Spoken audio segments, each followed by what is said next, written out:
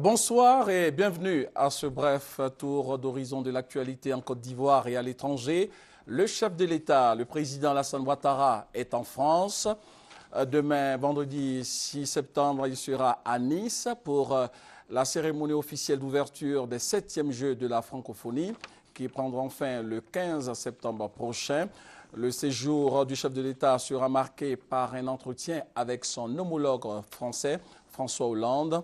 Il est bon de rappeler qu'après Nice, en France, les prochains Jeux de la francophonie auront lieu ici en Côte d'Ivoire dans 4 ans, c'est-à-dire en 2017. Comme vous l'avez vu tout à l'heure, le chef de l'État s'est envolé ce jour. Dans l'actualité sur place en Côte d'Ivoire, la conférence bilan du chef du gouvernement ivoirien. Le Premier ministre était ce matin face aux journalistes de la presse nationale et internationale pour faire le point des activités de son équipe gouvernementale. Daniel Kablan-Duncan a donné les grands indicateurs des activités prioritaires du gouvernement. Le Premier ministre est revenu sur les engagements pris par le chef de l'État et au nombre de ces engagements, l'augmentation des salaires annoncée le 7 avril dernier par le président Alassane Ouattara. Nous écoutons le chef du gouvernement. Annoncé le 7 août, le Premier ministre est monté au créneau ce jeudi 5 septembre pour confirmer la décision du chef de l'État d'augmenter les salaires dès l'année prochaine.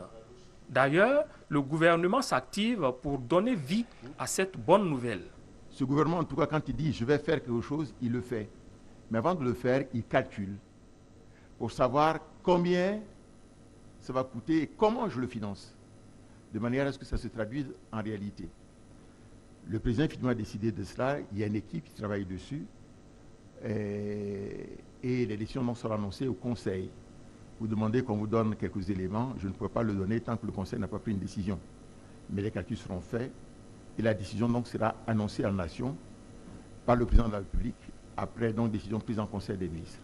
Mais effectivement, il va y avoir une augmentation qui sera donc opérationnelle en 2014. Autre volet social impulsé par le gouvernement, la création de plus de 20 000 emplois. Ces informations ont été portées à la connaissance de la presse ce jeudi au cours du deuxième grand rendez-vous de l'année entre les journalistes et le Premier ministre. Daniel Kablan-Duncan a passé en revue les 3 axes stratégiques de l'action gouvernementale. D'abord, la sécurité et la paix.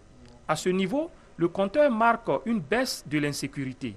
L'indice est passé de 3,8 à 1,6 en mai 2013.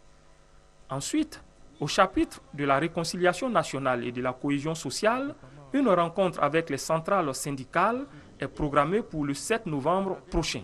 Enfin, sur le plan économique, les bonnes relations avec les institutions de financement international, la consolidation de la croissance à 9% cette année, le lancement des travaux structurants et la maîtrise de l'inflation mettent le gouvernement dans une position confortable dans sa marche vers l'émergence.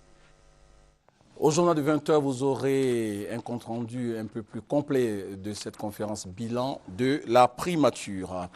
Regardez avec moi ces immeubles qui, malheureusement, sont menacés de destruction dans le district d'Abidjan. Les habitants du lotissement Akwedo Sud-Est risquent de voir leur construction démolie par le ministère de la Construction et de l'Urbanisme. Ces logements ont été bâtis de façon illégale selon l'autorité ministérielle. Vous aurez des précisions au journal de 20 h. En juillet dernier, la casse d'Anoumambo dans la commune de Makori a sombré dans un incendie faisant plusieurs sinistrés. 104 au total. Ces artisans ont reçu un appui financier de plusieurs millions de francs CFA de leur ministère de tutelle, le ministère du Commerce et de l'Artisanat. Cet appui financier pour permettre aux artisans sinistrés de redémarrer leurs activités. Nous y reviendrons au journal des 20 h. Et dans cette édition, d'autres points de l'actualité nationale vous seront proposés. L'actualité internationale avec ce sommet du G20 ouvert ce jeudi à Saint-Pétersbourg en Syrie. Plusieurs questions seront abordées au cours de cette rencontre avec un accent particulier sur la résolution de la crise en Syrie. Des pays africains participent à ce sommet. Il s'agit de l'Afrique du Sud, de l'Éthiopie et du Sénégal. Voilà, nous y reviendrons également au journal de 20h. Fin de ce flash, on se retrouve à 20h. Et comme tous les jeudis, vous aurez le dossier de la rédaction, dossier consacré à la rentrée scolaire. Sachez que dans 11 jours, c'est-à-dire le lundi 16 septembre, les élèves de la maternelle, du primaire et du secondaire seront appelés à reprendre le chemin de l'école sur toute l'étendue du territoire en Côte d'Ivoire.